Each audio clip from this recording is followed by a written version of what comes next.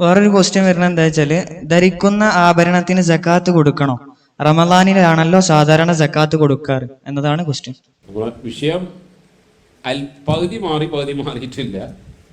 പിന്നെ ഒന്ന്, റമദാനിലാണല്ലോ സക്കാത്ത് കൊടുക്കാറ്. അല്ല, റമദാൻ സക്കാത്തിന്റെ മാസം. അങ്ങനെ ധാരണ വന്നിട്ടുണ്ട് റമദാനിലാണ് സക്കാത്ത് കൊടുക്കേണ്ടത് എന്നത്. പക്ഷെ പലപ്പോഴും ആളുകൾ അതിലേക്ക് വരുന്നു എന്നുള്ളതാണ്. ശരി, അങ്ങനെ റമദാനാണ് ഒരാൾ സക്കാത്തിന്റെ മാസമായി സ്വീകരിക്കുന്നത് എങ്കിൽ കുഴപ്പമില്ല. പക്ഷെ റമദാൻ സക്കാത്തിന്റെ മാസമാണ് എന്ന ധാരണ തിരുത്തണം.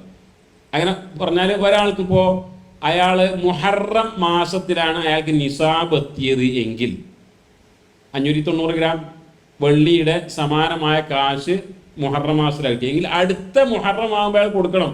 അയാൾ പിന്നീട് വീണ്ടും 8 മാസം വൈകിപ്പിക്കാൻ പാടില്ല.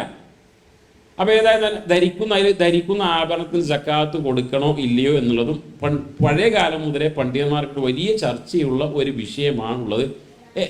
ഏതായിരുന്നാലും അതിൽ മനസ്സിലാക്കേണ്ടത്, ഇവിടെയൊക്കെ കൊടുക്കേണ്ടതില്ല എന്ന് പറയുന്ന പണ്ഡിതന്മാർ പോലും പറയുന്നത് ധരിക്കുന്ന ആഭരണങ്ങൾക്കാണ്. ഒരു സ്ത്രീയെ സംബന്ധിച്ചിടത്തോളം അവൾക്ക് 10ഉം 20ഉം പവൻ ഉണ്ടെങ്കിൽ ഒരിക്കലും ആ 20 പവൻ ധരിക്കാറില്ല. ഒക്കെ എവിടെയെങ്കിലൊക്കെ പാത്തു വെച്ചിട്ടുണ്ടാവും. അപ്പോൾ ധരിക്കുന്ന ഈ കൊടുക്കണ്ട എന്ന് പറയുന്ന പണ്ഡിതന്മാർ പോലും പറയുന്നത് ഏതാണ്?